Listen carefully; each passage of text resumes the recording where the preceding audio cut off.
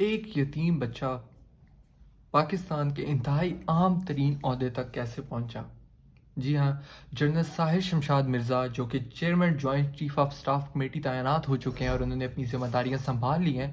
اس اہم ترین عہدے تک وہ کیسے پہنچے اور اس عہدے تک پہنچنے کے لیے انہوں نے کون کون سی منزلیں طے کی اور انہوں نے کن اہم ترین پوسٹ پہ، کن اہم ترین عہدوں پر ذمہ داریاں نبھائی اور پاکستان آرمی میں انہوں نے ایک نام کمایا۔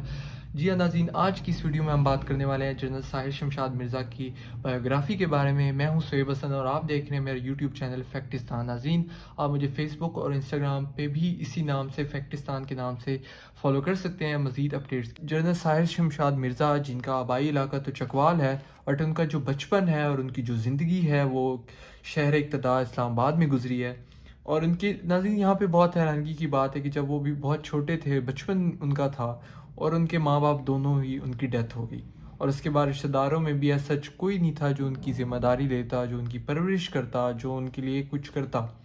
انہوں نے اپنی جو تعلیم ہے وہ اسلام آباد جو بوائز اسکول ہے وہاں سے حاصل کی، اور پھر اس کے بعد جو اسلام آباد کالج فار بوائز ہے وہاں سے انہوں نے اپنا انٹر کیا، اور اس طرح سرکاری اسکولوں سے انہوں نے اپنی تعلیم حاصل کرنے کے بعد انٹر کے بعد انہوں نے اپنا آئی ایس ایس بی دی، اور آئی ایس ایس بی کے بعد انہوں نے پی ایم اے کے تھرو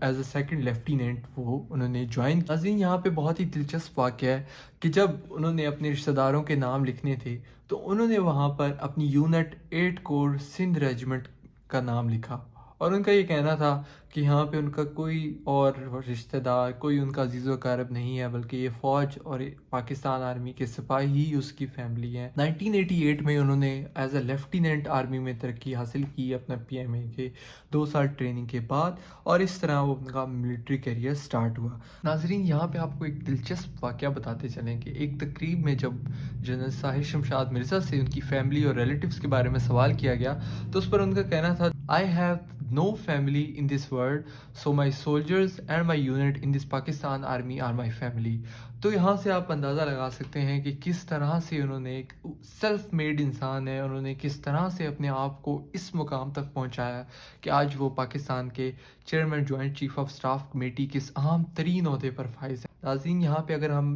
جنرل ساحر شمشاد مرزا کے ملٹری کیریئر پر نظر ڈالیں تو 1988 میں ایز اے لیفٹیننٹ انہوں نے پاکستان آرمی میں پروموشن حاصل کیا، جس کے بعد 1991 میں انہوں نے ایز اے کیپٹن جوائن کیا۔ اس کے 5 سال بعد ناظرین کرام general Sahir Shamshad Mirza lieutenant colonel کے عہدے پر فائز ہوئے، اور اس طرح ناظرین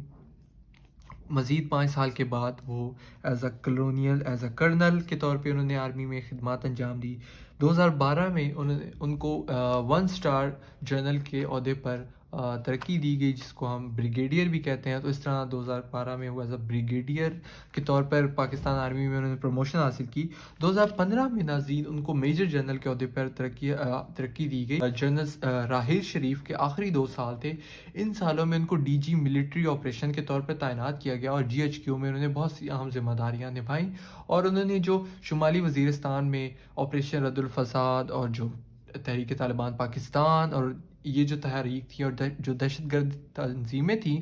ان کو کچلنے میں اور دہشت گردی کا جو سامنا کرنے میں، اس کی جنگ لڑنے میں ان کا بہت اہم کردار تھا۔ اس کے ساتھ ساتھ ناظرین ملک کی سلامتی کی، جو قومی سلامتی کے امور اور جو خارجہ امور ہیں ان کی کمیٹیوں میں اور ان کو بنانے میں بھی ان کا بہت اہم رول تھا۔ مشہور زمانہ سرتاج عزیز کمیٹی جو کہ نواز شریف کے دور میں بنائی گئی تھی گلگت بلتستان میں اصلاحات کے لیے، ناظرین اس میں بھی جنرل ساحر شمشاد مرزا انکلوڈڈ تھے، اور انہوں نے بھی اس کمیٹی میں ورک کیا تھا، تحقیقات کی تھی، اور وہ جو رپورٹ آئی تھی اس میں ان کا بھی بہت بڑا رول۔ 2019 میں ان کو لیفٹیننٹ جنرل کے عہدے پر ترقی دی گئی، اور اس طرح ناظرین ان نے چیف آف جنرل سٹاف جو کہ بہت اہم پوسٹ ہوتی ہے آرمی میں جی ایچ کیو میں، جو کہ آرمی چیف کے بعد سب سے اہم post chief of general staff ہوتی ہے، سب سے طاقتور اگر کوئی آرمی چیف کے بعد آرمی میں شخص سمجھا جاتا ہے تو وہ چیف آف جنرل سٹاف ہے۔ تو انہوں نے اس عہدے پر بھی 2 سال کے لیے بہت اہم ترین ذمہ داریاں نبھائی۔ اس کے بعد 2021 میں ان کو ناظرین کور کمانڈر راولپنڈی کے طور پر تعینات کیا گیا، اور ابھی